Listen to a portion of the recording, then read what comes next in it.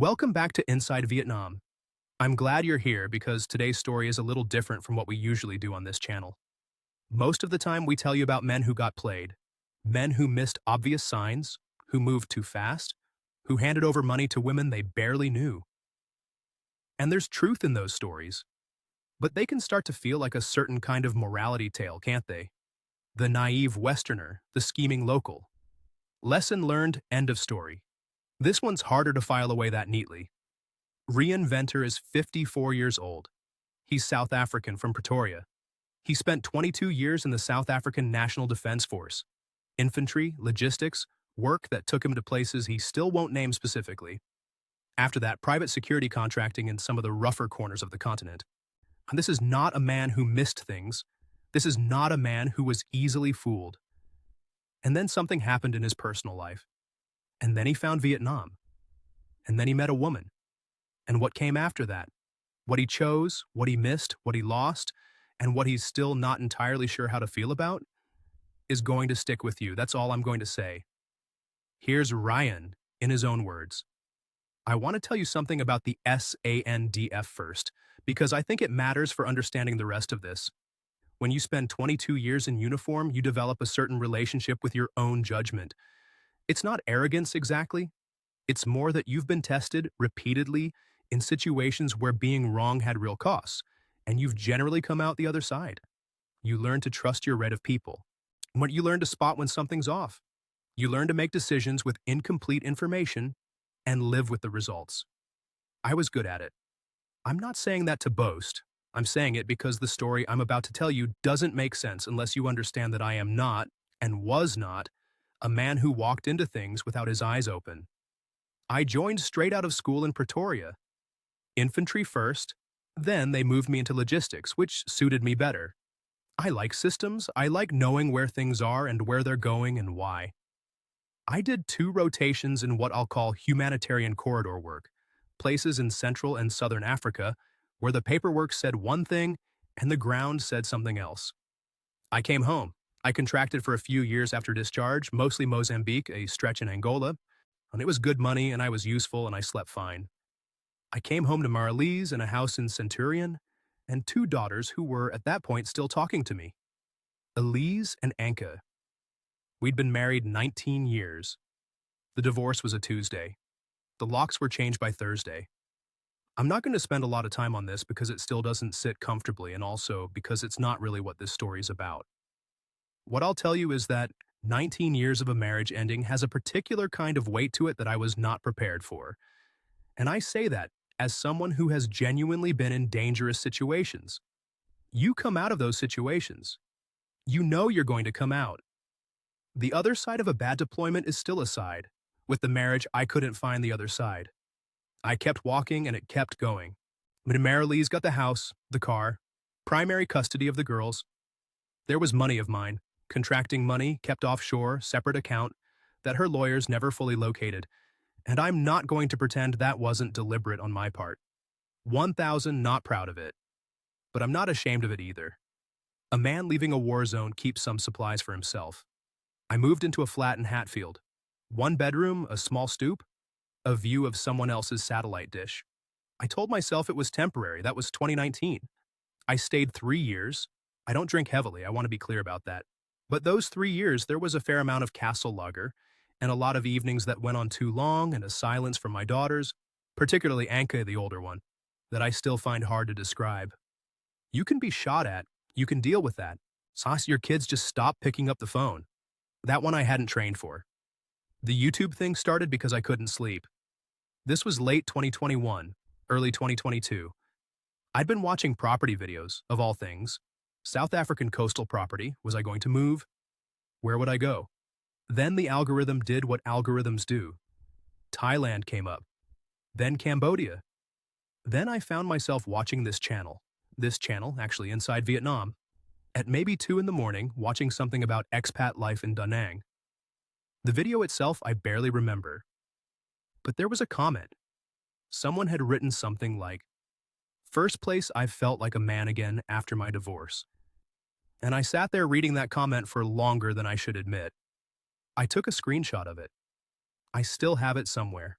He and I messaged an old contractor colleague the next morning. Dex, Zimbabwean, had done a security stint in Hanoi some years back. I asked him what he thought of Vietnam. He said Da Nang was his pick if he was going to go back. Cleaner than Ho Chi Minh, quieter, less of the tourist circus. His exact words were, not as many guys trying to sell you something every 5 minutes. I respected that. Dex is a reliable source. I looked at flights that afternoon. I booked them that evening. One carry-on bag, which is the only way to pack for something you haven't planned properly. I had my offshore savings card and my military pension coming in monthly. A modest thing around 18,000 Rand. But in Vietnam, as I would discover, that denomination changes character entirely. I landed in Da Nang in March 2022 on a tourist visa with, and I want to be honest about this, no plan beyond the first 2 weeks. I told myself it was a reconnaissance. A good soldier always recce's the terrain before he commits. I told myself I'd see how it felt and then decide. I think I knew somewhere underneath that I wasn't going back to the flat in Hatfield. Not for good, anyway. 54 years old, 2 daughters not picking up the phone, a view of someone else's satellite dish. What exactly was I going back to? The plane landed at about 10 at night. The air hit me coming out of the terminal. That thick coastal heat, the smell of motorbike exhaust and something fried and something sweet underneath it. I stood outside with my bag and a taxi driver immediately appeared from nowhere and quoted me a price, and I haggled him down on instinct, which he seemed to find funny. We both laughed. It was the first time I'd laughed in front of a stranger in a while. I noticed that. I checked into a short-stay apartment I'd booked in An Hai Bac, north of the Han River. Modest place, clean, a balcony, ceiling fan. The kind of place a man rents when he's not sure how long he's staying. I unpacked my bag, which took about 4 minutes, and I sat on the balcony with a tiger from the minibar. There was no castle, obviously, and I listened to the city. Motorbikes mostly. A dog somewhere. Music from a window down the street, something Vietnamese and fast. The heat was still there at 11 at night, just sitting on everything. I thought, right then, here we are. I had no idea what was coming. And for the first time in 3 years, that felt fine. The first week, I mostly walked. That's it. That's the strategy I'd arrived with.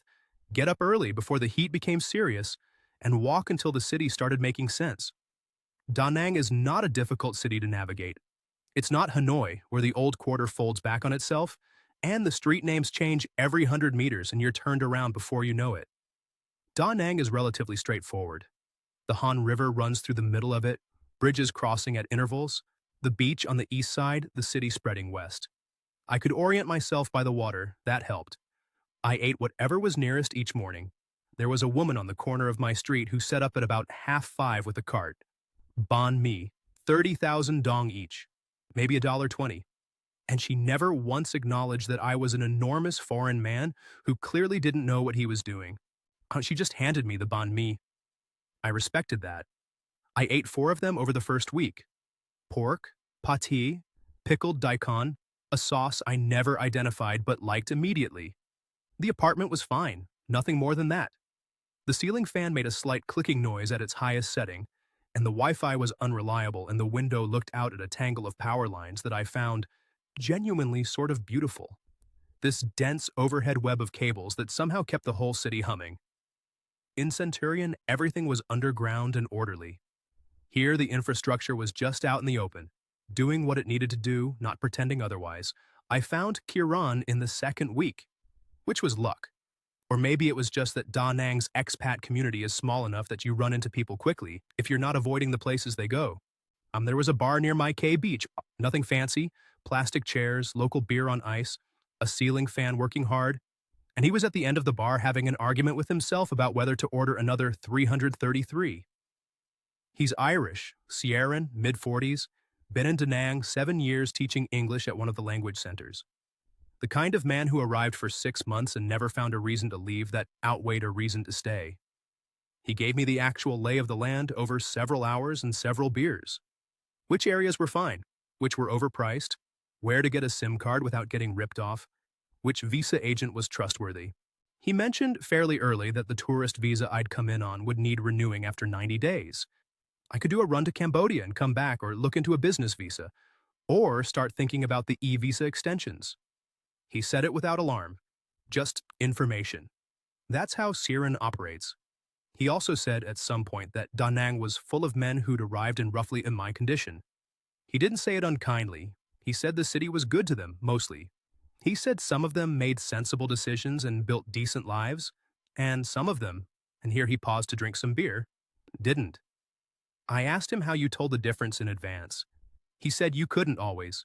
He said the ones who moved slowest usually came out best. I filed that and we talked about rugby. Now, the coffee shop.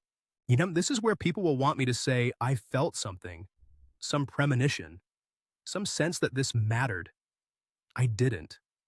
I was tired, I'd walked further than I intended, and an expat on a forum had recommended the place for its Wi-Fi, which I needed to sort out my online banking. It was a small cafe just off the road that runs alongside the Han River. I don't remember the name, it might not have had one in English. With wooden tables and an oscillating fan and the smell of coffee so strong it was almost physical. Not unpleasant, just present. She was at the table next to mine, 30s roughly. Phone propped against a glass, earphones in, doing something with an app. I could see the repeat function running, a Vietnamese voice saying an English phrase, her mouthing it slightly. I ordered a Safe Suaja, which I'd learned to say correctly by that point. And the coffee came and it was good. Dark and strong and sweet with the condensed milk settling at the bottom, the ice already starting to melt. What happened was nothing dramatic. The waiter brought my coffee and also, unrequested, a small dish of something I didn't recognize, and I said to him, in English because my Vietnamese at that point was limited to coffee orders and numbers, that I hadn't ordered this but thank you, and he didn't understand. And I made a slightly hopeless gesture at the dish and said something like, strong enough to patch a tire but I wasn't complaining, meaning the coffee. It wasn't particularly funny, but she laughed. Not a performed laugh. The involuntary kind, where you're not expecting to laugh and then you do. She took the earphones out. She apologized, which she didn't need to do. I said, don't apologize. It's better than being ignored. She said her English was not very good. It was fine. She said the thing on the dish was complimentary, the cafe gave it to everyone. It was a kind of coconut sweet. I ate one. It was good, I told her so. Her name was Lynn. She was from Quang Nam province originally, living in Da Nang for several years, working, she said this quite proudly, which I noticed, as an admin assistant at a logistics company near the city center. And I can tell you exactly why that mattered to me because I've thought about it since. It wasn't attraction, not primarily. It was recognition. I'd spent half my professional life in military logistics, moving things, tracking things, the satisfaction of a system that worked. And here was a woman who understood, at some level, what that meant. Supply chains, paperwork, the unglamorous architecture of how things actually move from one place to another. I know how that sounds. We talked for, I want to say 90 minutes, but it might have been longer. Her English was better than she claimed. Careful in the way that non-native speakers are careful when they're thinking in one language and speaking in another. She asked what had brought me to Da Nang. I said I'd needed a change. She nodded at that in a way that suggested she understood it was a partial answer and wasn't going to push. I appreciated the restraint. I paid for my coffee. She'd already paid for hers. When I stood to leave, she said it was nice to practice her English. I said it was nice to have a conversation that didn't involve someone trying to sell me something. She smiled at that. And I gave her my number, which I'd recently put on a local SIM, Viatel, Siren's recommendation, and said if she wanted to continue the English practice, I was generally around. She messaged me 11 minutes later. I know because I was still inside of the cafe buying water from a street vendor when my phone went. I stood there in the heat reading it.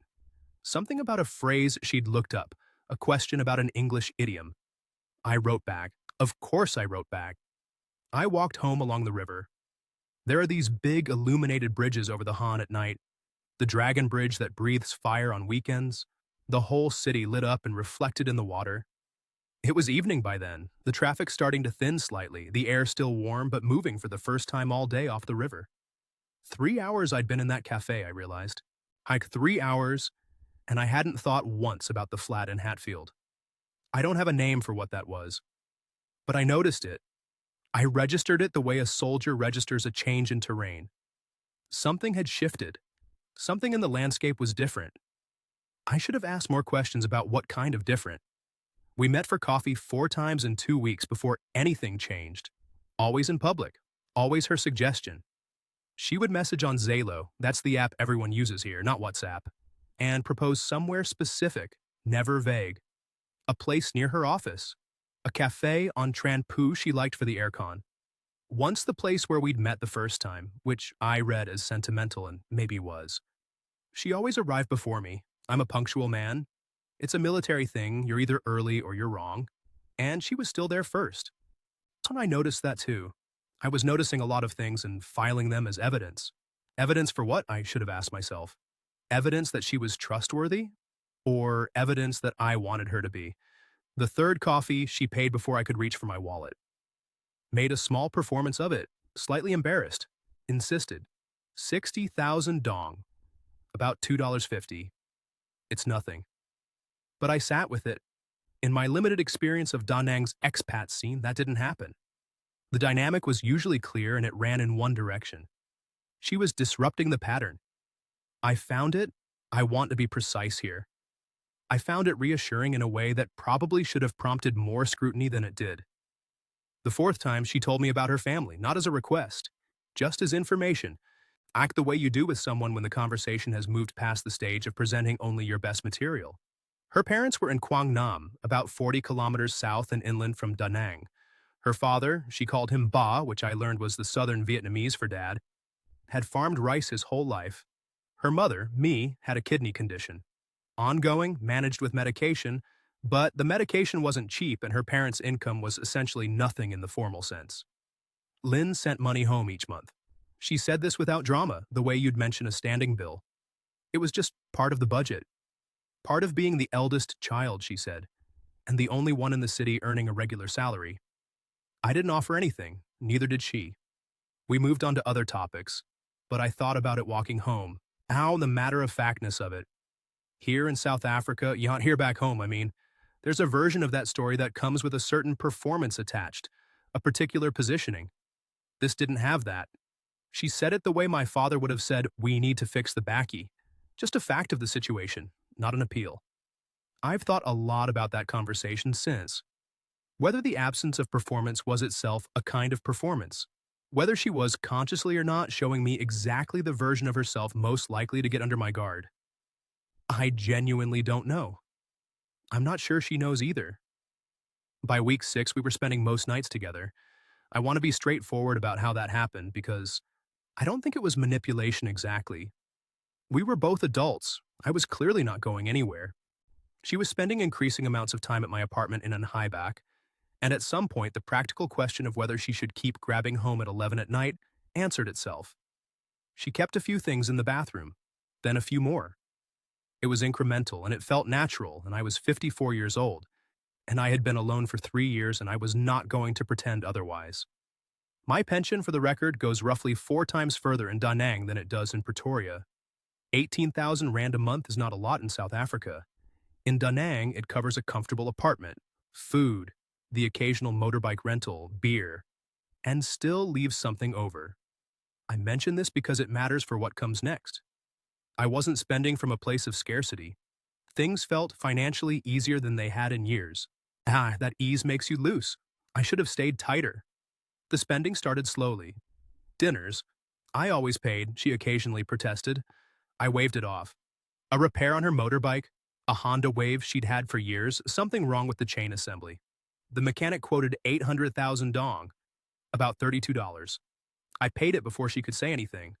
Then her phone broke, screen cracked, then the battery started going. She was managing on it, clearly, making do.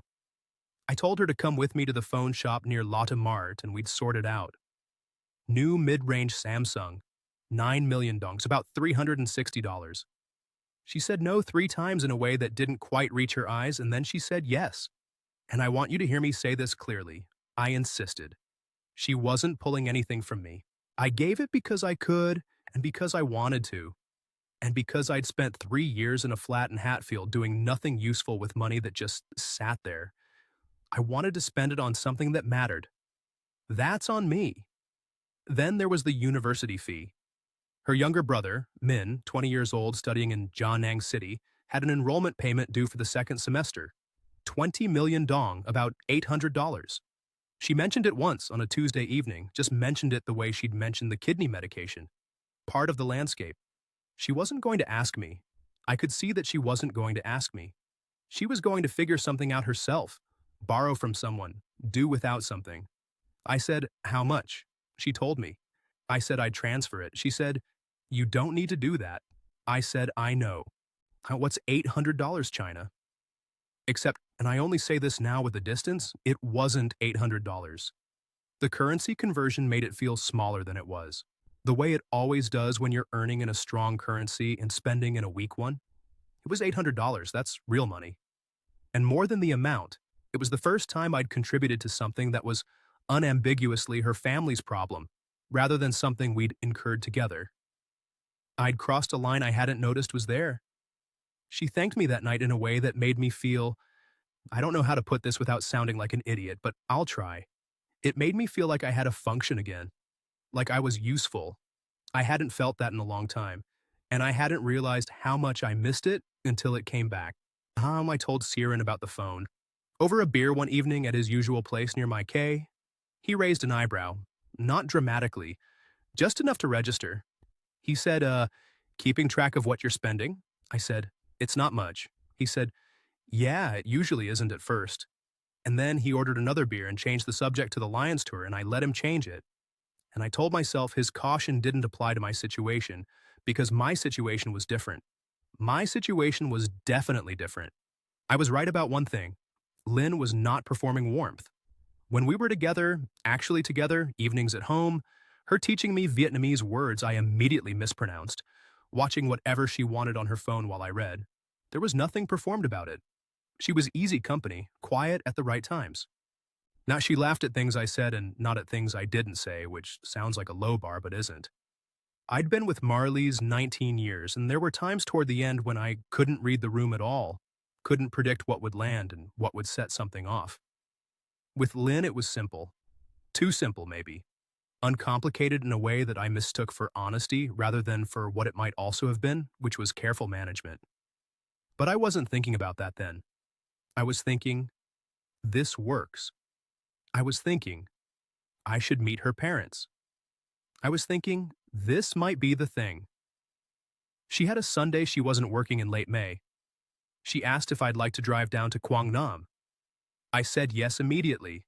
The drive took about an hour. We went in a hired car. I didn't have my own yet. That came later. And Lynn was quieter than usual, which I put down to nerves. She kept her hands in her lap and looked out the window at the rice paddies going past, flat and green under the morning haze. And once or twice she said something in Vietnamese under her breath that I didn't catch and didn't ask about. I understood roughly what this meant. You don't bring a foreign man home to Quang Nam for a Sunday lunch unless you're saying something. I'd done enough reading by then to know that much. In Vietnamese culture, introducing a partner to your parents isn't a casual step. It carries weight. It's a statement. I was aware that I was being presented as something, a possibility, a prospect. And I was, if I'm completely honest, pleased about it. I was also aware that I was 54 years old and driving through rural central Vietnam to meet a woman's rice farming parents, and that this was not a situation I could have predicted from the flat in Hatfield. Life has a strange range sometimes. The village was small, a cluster of houses set back from a dirt road, the kind of place where the dogs know everyone, and the arrival of a hired car produces a certain amount of attention.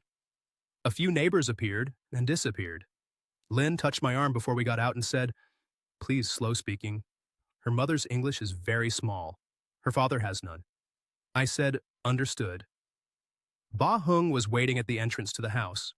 60-something, lean, and weathered in the specific way of men who've worked outside their entire lives. The kind of weathering that has nothing to do with age and everything to do with sun and labor. He looked at me the way soldiers look at things they're assessing, which I recognized and respected. He didn't smile immediately. He waited. Then he nodded. Once. I nodded back. We understood each other before Lynn had finished translating the introduction. Lan was inside, moving carefully. The kidney condition was visible in how she carried herself. Not dramatically, not performing illness. Just the cautious economy of someone who has learned to conserve. She took my hand in both of hers when Lynn introduced us and said something I didn't catch. I looked at Lynn. She says you have a good face. I said, please tell her she's very kind. The meal they'd prepared was substantial. More than they should have made, I could see that. Thitco, braised pork belly with eggs and caramelized sauce, and a soup I didn't know the name of, rice, greens, from what I assumed was their own garden. The table was small and we sat close together and the food was genuinely good. And I ate more than I should have out of appreciation for the effort. And also because I was nervous, which I hadn't expected to be. Nobody mentioned money. Nobody mentioned the mother's medication. We talked, through Lynn's translation, about where I was from, what I'd done in the army, what I thought of Vietnam. Bahung asked good questions, precise questions. I got the impression he was running the same kind of assessment I was. Two men working out whether the other one was reliable. And by the end of lunch, I felt he'd decided provisionally that I was, and I felt the same about him. And there was something satisfying about that which I can't fully explain. After we ate, Ba Hung and I sat outside on the step. There was a small bottle of something. Homemade rice wine, clear, strong, the kind that bites going down and then settles into warmth. He poured. We drank. We had almost no common language. It didn't matter. There's a companionable silence that exists between men who've both done difficult things and come through them, and we found it without any effort. I thought about my own father in those minutes, how he'd refused every offer of help in his final years. Too proud. Died with less than he needed because he couldn't accept that needing help wasn't the same as being weak. And here was this man, Ba Hung, who had nothing in the way of savings or resources, and had raised a daughter who sent money home each month without complaint. And there was no shame in any of it. It was just the arrangement. The family looked after itself. Something shifted in me on that step. I'm not going to dress it up. The medication came up on the drive back. Not as a request. Lynn doesn't do things as direct requests, I'd noticed that. She mentioned that her mother's prescription had run out, and the pharmacy in the village was waiting on a delivery, and she'd been trying to work out how to manage the gap. About 2 months of medication. She named the cost, 8 million dong per month, roughly $320. Total $640 for 2 months. I said, I'll cover it. She said, Rian, you don't have to. I said, Lynn, I'll cover it. And that was the end of that conversation. The next few months had a rhythm to it. The medication became a regular transfer. I took it over, just absorbed it into what I spent each month, didn't discuss it as a decision we made together because it didn't feel like a decision. It felt obvious. Then there was a hospital consultation in Da Nang. Milan needed to see a specialist. The provincial clinic had referred her, and the consultation fee plus transport came to about 12 million dong. Around $480, I paid that. Then the refrigerator. Their old one had stopped working, which in the central Vietnamese heat is not a minor inconvenience. A decent second-hand one from a shop in the town nearby was 7 million dong, about $280. I transferred it to Lynn's account. By this point, I had her account details saved in my banking app with a label I'd typed in, which was just her name. I looked at that label a lot over the following months. I totaled it up once, somewhere around month 7. Medication ongoing, the hospital visit, the refrigerator, the phone, the university fee, the various dinners and repairs. I was somewhere around $10,000 into it. Into what exactly I didn't ask myself. Into her life, into the life of her family, into what I was increasingly treating as a future I was helping to build. Sieran, when I mentioned this approximate figure over a beer, I didn't give him the exact number, I rounded down, went quiet for a moment. He asked, "And what's in your name?" I said, "What do you mean?" He said, "Out of all of that, what's legally yours?" I said, "It's not really how I'm thinking about it." He said, "I know, that's what I mean." He said it gently. He's a good man, Sieran. He said it once clearly and didn't repeat it, and I appreciated that, and also entirely failed to act on it. Here's what I want you to understand. If you're watching this and thinking, you can see exactly where I went wrong. The money I was spending on Milan's medication was going to a woman with a kidney condition who needed medication. The refrigerator was replacing a broken one in a provincial house where the temperature in summer gets to 35 degrees. Min's university fee was enabling a 20-year-old to complete his degree. None of these things were invented needs. None of it was fabricated suffering deployed for my benefit. The problem wasn't that any single thing was false. The problem was that I was becoming the solution to a set of problems that predated me and would outlast me. And I had no legal standing in any of it. And I was doing it on the basis of a relationship with a woman I still hadn't visited at work. Now, that last thing, I'd mentioned it a few times. Said I'd like to see where she worked, bring her lunch sometime, the sort of thing you do. She'd said, "Oh, busy period." She'd said, "It's not very interesting, very boring office." She'd said, "Maybe next month?" I'd accepted it each time. I didn't push. I think about that now. The not pushing. I had 22 years of training in asking the question that needed to be asked even when it was uncomfortable. And with her, I just didn't. I accepted the deflection and moved on. I know why. I didn't want to find anything that would make me stop. The house conversation happened on a Wednesday evening in September. I remember it was a Wednesday because I'd been to sort out my visa renewal that morning. Another e-visa extension, my third. How the kind of administrative paperwork that accumulates when you've stopped treating your stay as temporary. And I was tired from sitting in an office for 2 hours with forms that needed to be filled in triplicate for reasons nobody could explain. Lynn made dinner. Calm tam. Broken rice with grilled pork, a fried egg on top, the pickled vegetables she knew I'd started to like. She was quiet through most of it in a way I'd learned to read as something on her mind rather than something wrong between us. I waited. After dinner, she got up and came back with a piece of paper, an A4 sheet, folded once. She set it on the table and smoothed it flat and said, "I need to show you something. Please don't be angry." It was a contractor's quote, typed up properly with a company name and a registration number and a breakdown of materials and labor. Me and the parents' house in Gwangnam needed a new roof. The existing structure was over 20 years old, the wood had gone. There was risk of collapse in the next rainy season, plus structural work on 2 of the internal walls.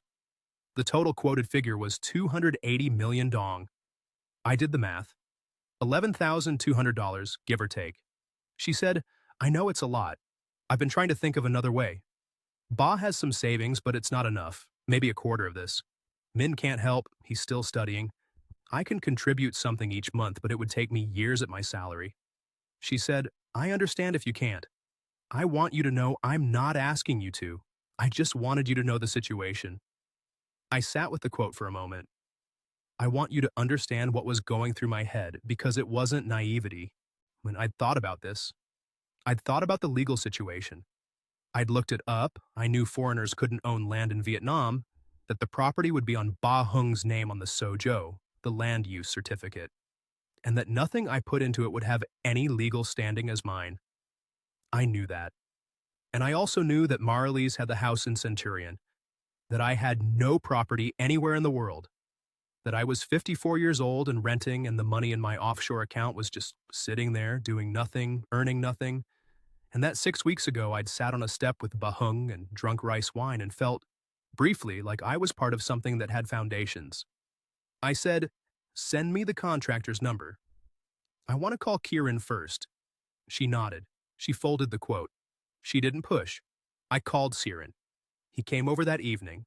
Which is the kind of man he is. He looked at the quote. He looked at me. He said, "Rian, I'm going to say one thing and then it's your decision." He said, "If this relationship ends for any reason, there is no mechanism under Vietnamese law to recover money you've put into a property on someone else's family's land. It's a gift. That's what it is legally. A gift. Make sure you're comfortable giving it as a gift with no expectation of return, because that's what it is." I said, "She's not going anywhere." He said, "I know that's what you think." I said, "She's not like that." He wrote something on the back of a receipt from his wallet and left it on my table. The name of an expat lawyer in Da Nang. He said, "Just in case." Then he finished his beer and left.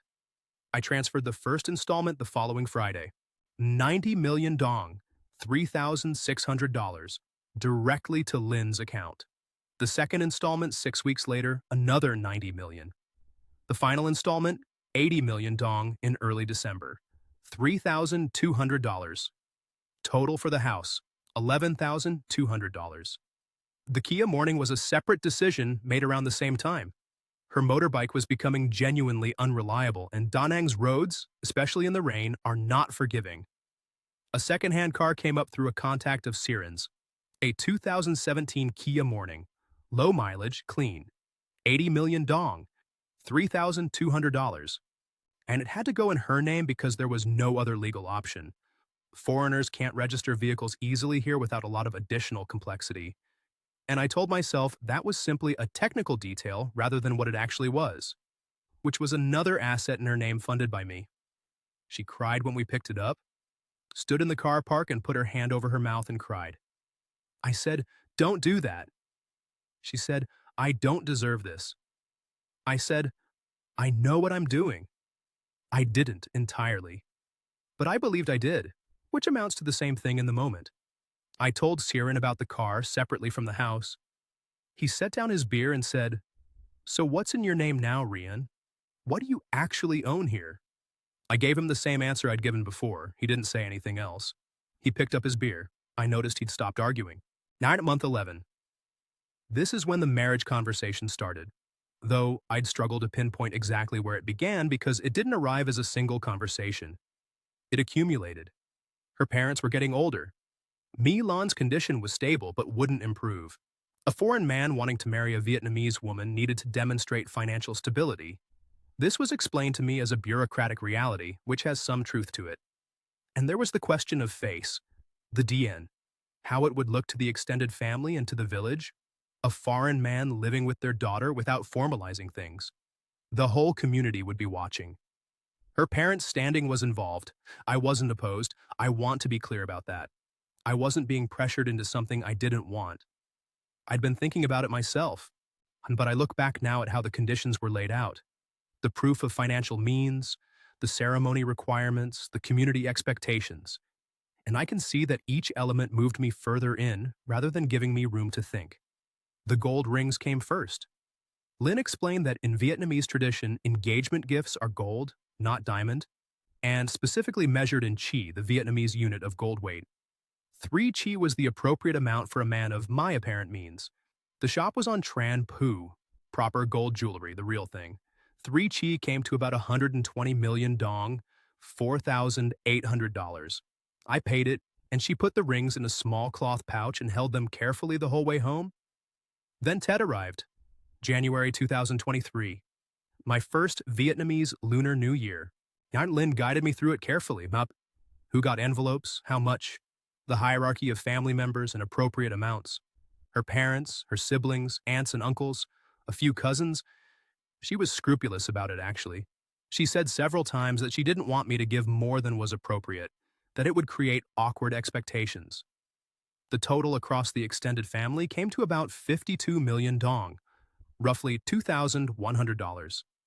I gave them myself in person at the family gathering in Quang Nam, and the warmth I received, the smiles, the way Ba Hung nodded at me across the room, felt like something I'd earned. New Year's Eve. Fireworks over the village, the sky cracking open with color, children running in the lanes. Lynn beside me in the courtyard, the gold rings on her finger, her hand in mine. I thought about Elise and Anki. I thought about Hatfield. I thought about a Tuesday that had rearranged everything. I thought, this is what I came for. I was not wrong about that exactly. I just didn't have full information about what I'd found. I was 11 months in. My offshore savings were down by close to $55,000 when I added it all up properly for the first time. The house, the car, the rings, the Tet money, the medication and hospital visits, the phone, the university fee, all of it accumulated into a number I hadn't let myself see until I sat down one evening with a beer and a calculator and made myself look. $55,000. More than 60% of what I'd arrived with, and something, I couldn't name it then, couldn't fully locate it, had begun to sit wrong. Not with her, not with us. It was something vaguer than that. Like a sound you keep almost hearing. A frequency just at the edge of what you can detect. I had 22 years of training in trusting that feeling. I told it to be quiet. I was good at that too, apparently. The thing about intelligence work and logistics in a conflict zone is intelligence work, whether anyone calls it that or not, is that doubt accumulates before it declares itself. You notice things that don't fit. You file them. You keep filing until the file gets heavy enough that you can't ignore it anymore. Then you act. 1,500 had been filing for weeks before February. The 8 to 10 p.m. unavailability had been there so long I'd stopped noticing it as a pattern and started accepting it as a fact. Family call. Tired. Early start tomorrow. I love you. And the phone would go dark and I'd read or watch something and not think about it. Or tell myself I wasn't thinking about it. Her Da Nang friends. I'd met them twice in 13 months. Two women, a dinner at a place on Le Douane, polite and slightly stiff, the kind of stiff that isn't shyness exactly, but something else. I'd put it down to the language barrier and the awkwardness of meeting your friend's large foreign boyfriend. I'd filed it. The workplace. 14 months and I had never set foot near the logistics company on whose behalf she sent documents and mentioned colleagues and described, occasionally, the frustrations of admin work. I think about how many times I'd suggested it. Bring you lunch sometime. She'd said that was such a sweet idea, maybe next month. Always next month. I'd filed that too. And then there was a detail from about 3 weeks before the end, which I only connected afterward. She mentioned a colleague, Than, her supervisor, and described something Than had said about a shared client. It's a specific frustration about a shipment manifest. Very particular detail. Specific enough that I remember it. But 6 months earlier, she'd mentioned Than in a different context, and the role she'd described was different, not dramatically, just not the same. A supervisor in one version, a peer in another. I noticed it when she said it, filed it, moved on. The file was getting heavy. The lunch idea came to me on a Tuesday in February, not as a trap. I want to be clear about that. She had said more than once that she wished I would surprise her at work. Bring lunch, see where she spent her days. It was a thing she'd said the way you say things you mean. I thought, I'll do that today. She was working late that week, stressed about something she hadn't fully explained, and I thought it would be a good thing to do. Hence I stopped at a banh mi place on Huangdieu. Got her usual, that ngoi, pate, extra chilies the way she always ordered it. Put it in a bag. Drove the Kia morning across the Han River Bridge in the February heat, the city wide and bright around me, and found the street and found the building. A clean, modest office building, 4 stories. The kind that houses small logistics and import-export firms, exactly the sort of place she'd described. The reception desk was in a small lobby. Tiled floor. A young woman behind it with a phone headset and an expression of professional patience. I said Lynn's full name, her family name and given name, the way I'd seen it written on documents. The receptionist checked her screen. Checked again. Asked me to repeat the name. I did. She looked up, asked me to wait, went to get a colleague. The colleague, older, male, more senior, came out and looked at his own system and then at me, and then at the business card I'd thought to bring, the one Lynn had given me in our first month with the company logo and her name and the word administration. He recognized the card. Yes, this was their company. This was their card design. But this person, he checked again more carefully, this person was not currently an employee. He thought she had worked here previously. He believed she had left. Perhaps over a year ago. Perhaps longer. He was sorry he couldn't be more precise. I thanked him. I picked up the banh mi bag. I walked back to the Kia morning in the car park and sat in it. 11 minutes, I counted. Why not because I was trying to... I just noticed the time when I got in and noticed it again when I got out, and the difference was 11 minutes. I sat there with the engine off in the February heat building inside the car, and I went through the arithmetic one more time, the way you do when you're hoping the numbers will come out differently. They didn't. I drove back to the apartment. I threw the banh mi in a bin near the entrance because I didn't want it in the apartment. I went upstairs, I made tea, which is not something I usually do, but I needed something to do with my hands. I sat at the kitchen table and I waited.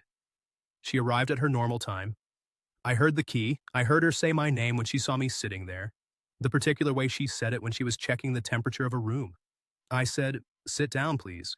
She sat. I said, "I went to bring you lunch today." She didn't say anything. I said, "They told me you haven't worked there for over a year. Maybe longer." She was very still.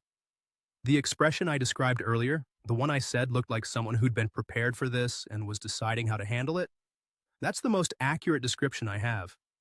She wasn't surprised exactly, she was assessing. Then she cried. And I want to be careful here because I've had a lot of time to think about those tears, and I don't think they were a tactic. I think she'd been carrying this for 14 months and the weight of it came out. The crying felt real. Most of what came out of her over the next 2 hours felt real, which is both a relief and the thing that makes it hardest to resolve. She'd lost the job about 2 months before we met. Restructuring. She was junior staff. She was let go with a small severance. She was ashamed. She'd been doing informal work, online reselling, some small commission-based stuff, money from Min when he could spare it from his own allowance.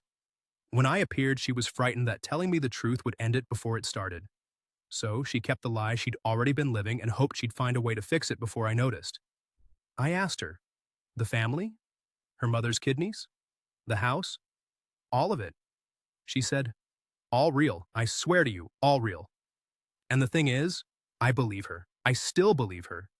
The medication I paid for went to a woman who needed medication. The house repairs happened. I'd seen the finished roof with my own eyes on a visit in January. The suffering was not manufactured. She had not built a set for my benefit. The poverty was genuine. The family obligation was genuine. But she had built a version of herself. A woman with employment, with professional standing, with the particular kind of legitimacy that comes from having somewhere to go at 9 in the morning. And that version didn't exist, had never existed in our time together. I asked her one more question. I'd been working up to it and I asked it quietly, which is how I ask things that matter. I said, was any of it real? She looked at me. She didn't answer immediately, which is maybe the most honest thing she did in that whole conversation. She thought about it. Then she said, yes, she said, I think I made myself for you, but the feeling wasn't made. The feeling was real. I don't know what to do with that. I've had months to work on it and I still don't know. I didn't ask her to leave. Not that night, not for the following weeks. We existed in the apartment in a kind of suspension. Not together the way we had been, not broken in the clean way that produces clean exits. I went and found Kieran the next day at the bar near my K and I told him. He listened to all of it. He didn't say he'd told me so. He set down his beer at the end and he wrote a name on the back of a napkin and slid it across the table. Different name from the one he'd given me before. He said, this one's an expat lawyer. He's dealt with situations like this. Go and see him before you decide anything. I put the napkin in my pocket. I finished my beer. Outside, the South China Sea was flat and green in the afternoon light, and a woman was selling coconuts from a cart on the road. Now, when two men were arguing about parking over the sound of motorbike engines, and Da Nang was entirely indifferent to what had just ended. The lawyer's office was on the 4th floor of a building near Bach Giang, walking distance from the Han River. A Vietnamese Australian man, late 50s, had been practicing in Da Nang for over a decade.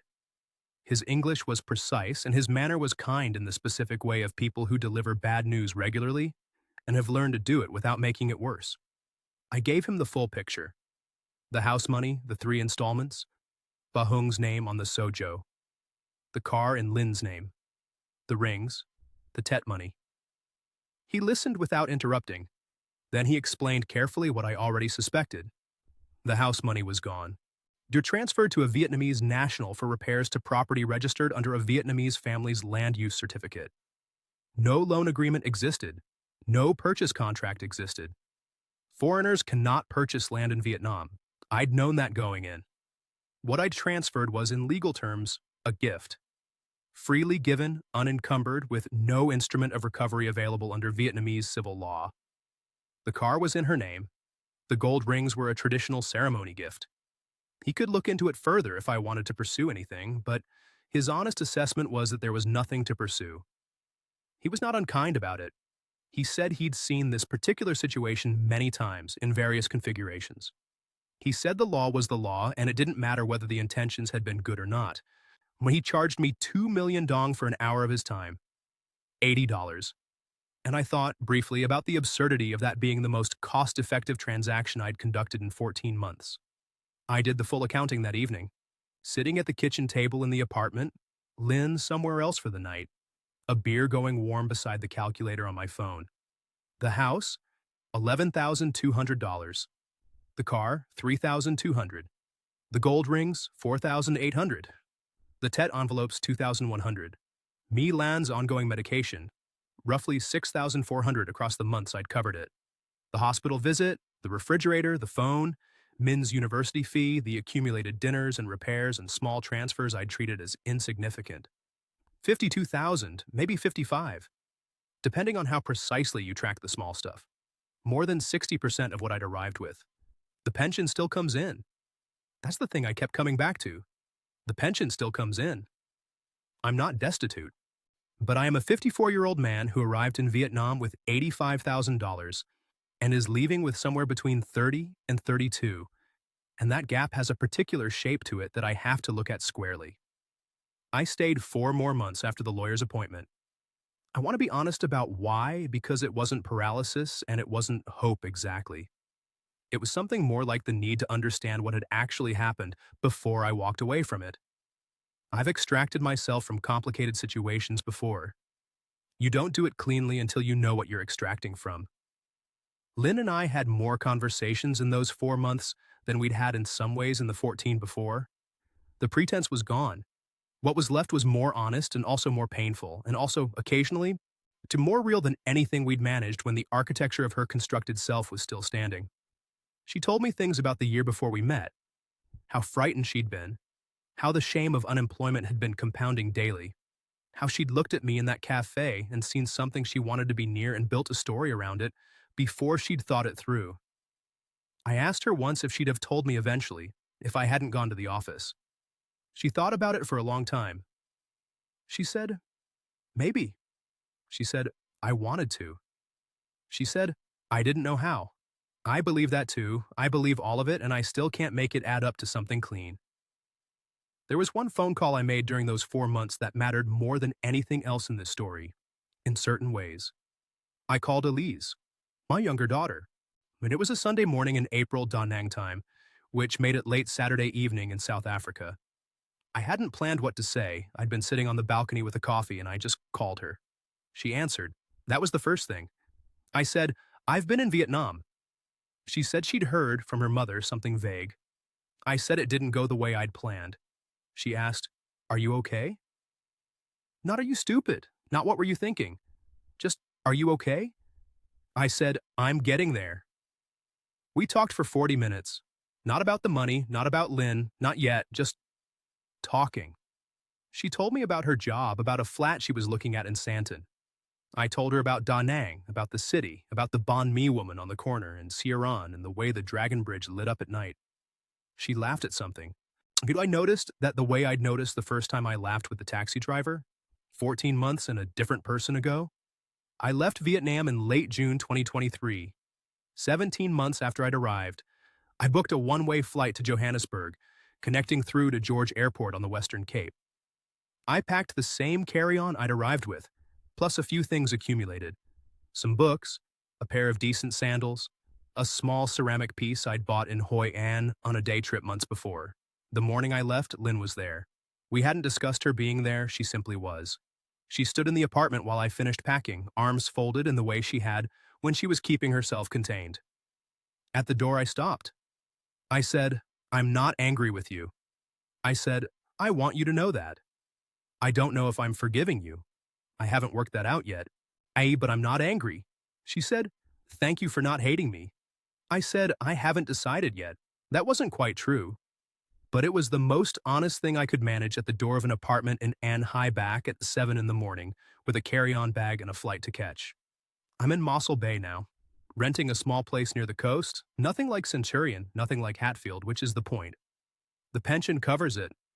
I do some occasional security consultation work, not strenuous, enough to keep the mind occupied and rebuild the savings gradually. I'm in regular contact with Elise, cautious, early contact with Anke, which is more than I had before. Here's what I came to think, with time. And I want to say this carefully because it's the only thing in this whole story I'm actually certain about. Lynn needed rescuing more than she needed me. I was lonely enough not to notice the difference. Both things were true at the same time, and the distance between them cost me $52,000 in 17 months, and a question I still can't fully answer about what was real. But I'm also the man who got off that plane with a crack in his foundation and called it a fresh start. I'm also the man who spent 3 years in Hatfield and then looked for the solution in a coffee shop near the Han River rather than in himself. I'm also the man who, every time Saran raised an eyebrow, changed the subject. Those things are on me. They were always on me. The loneliness doesn't go away when you land somewhere new. It just gets a tan. And a lonely man with money in a place where that money means something different, he's not starting over. He's just giving someone else a chance to finish what the divorce started. I'd go back to Vietnam. I want to be clear about that. Not for her, not for a version 2 of whatever that was, but the country itself. The banh mi at 5:30, the coffee too strong to be legal, the way the city sounds at 11 at night with everything still going. That had nothing to do with what went wrong. The country didn't fail me. I arrived broken and called it adventure, and Vietnam was just the place where the breakage became visible. That's not the country's fault. That's just what happens when you go looking for something in the wrong place. You find whatever you brought with you. That's Reinventor's story. And we're grateful he told it because it's harder to tell than most.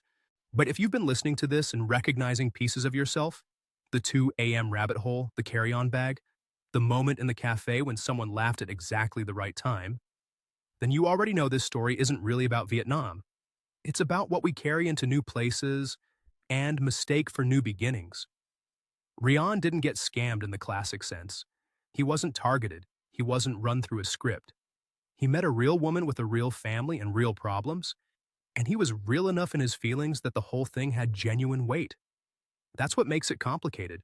That's what makes it worth your time. What he's telling you, what Inside Vietnam tries to say through every story we share here, is this. Go fixed or don't go. Know what your gut is worth right now, at this particular moment in your life, and be honest about it.